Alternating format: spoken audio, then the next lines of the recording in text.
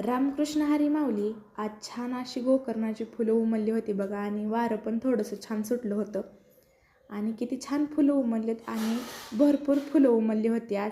सकाळ सकाळी खूप फ्रेश पण वाटत होतं आणि मला आईनं गोकर्णाची फुलं तोडून आणायला सांगितली होती, कारण आईची देवपूजा चालू होती म्हणून मला सांगितलं होतं फुलं तोडायला. आणि बघा किती छान फुलं उमलली ती आणि मी ही फुलं तोडून घ्यायला लागली होते बघा. तोडू तर वाटत नव्हते पण देवाला ठेवायचे आहेत म्हणून तोडायला लागली होते मी. ही गोकर्णाची फुलं खूप कोमल असतात, त्याच्यासाठी अलगदपणे त्याला तोडावं लागतं, नाहीतर त्याची जी पाकळी आहे, जे कडचं फूल उमललेलं आहे ते मधून फाटतं. त्याच्यासाठी आज्यात ते फूल तोडून घ्यावं लागतं. आणि आज आमचं लवकर काम चालू होतं, कारण आम्हाला आज मामाच्या इकडे पण जायचं होतं. आमच्या मामाच्या गावची यात्रा आहे आणि त्यासाठी माझं आणि माझ्या आईचं काम लवकर चालू होतं.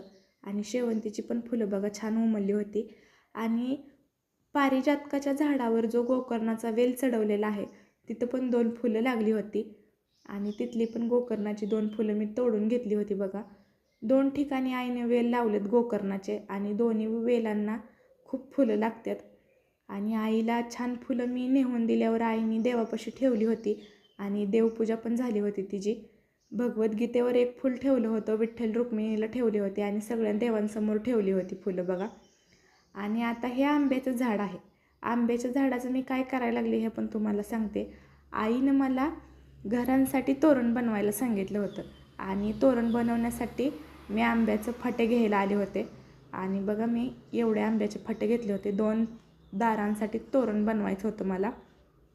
आमच्या घराशेजारी खूप आंब्याची झाडं आहे आणि मी तिथंच आंब्याचे फटे घ्यायला आले होते.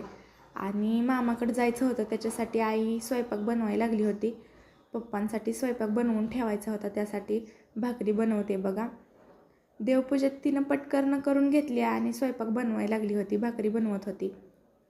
आणि माझं आता तोरण बनवायला चालू करायचं होतं आणि तिचा स्वयंपाक चालू होता बघा. आई स्वयंपाक बनवत होती आणि बघा मी तोरण बनवायला घेतलं होतं. केशरी आणि पिवळ्या कलरची झेंडूची फुलं घेऊन आली होती आज आई पंढरपूरवरून आणि तेच आता मी तोरण बनवायला चालू केलं आहे बघा. आंब्याचं आणि झेंडूच्या फुलांचं तोरण बनवायचं होतं मला आणि असं करत मी बघा किती छान तोरण बनवलं आहे साध्या आणि सोप्या पद्धतीनं. आणि हे आता मी आमच्या दाराला लावणार आहे, चौकटीला लावणार आहे. ही जी अशी किरकोळ कामं असतात ती आई मलाच सांगते, कारण आमच्या घरात लहान तर कोणी नाही.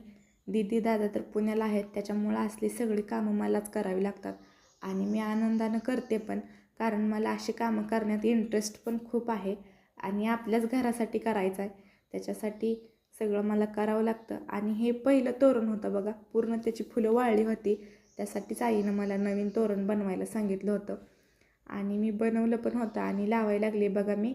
आणि जे पहिलं तोरण होतं ते रिमूव्ह केलं मी, पूर्ण त्याची फुलं सुकली होती आणि ते काढून घ्यायला लागली मी बघा. घराची पूजा केली होती तेव्हा हे तोरण लावलं होतं बघा आणि त्याला खूप दिवस झालं पण होतं आणि ते पूर्ण सुकलं होतं म्हणून नवीन तोरण लावायला लागली होती मी बनवून. आणि 2 आंब्याची पानं आणि 1 फूल असं तोरण बनवलं होतं मी. किती छान दिसतंय बघा. हिरवी हिरवी आंब्याची पानं होती आणि छान ताजी फुलं, एकदम छान तोरण झालं होतं.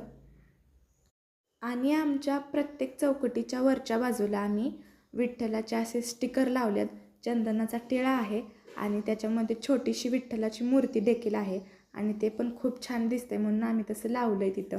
आणि बघा हे जुनं तोरण होतं ते मी काढलं आहे आणि आता नवीन लावलं आहे.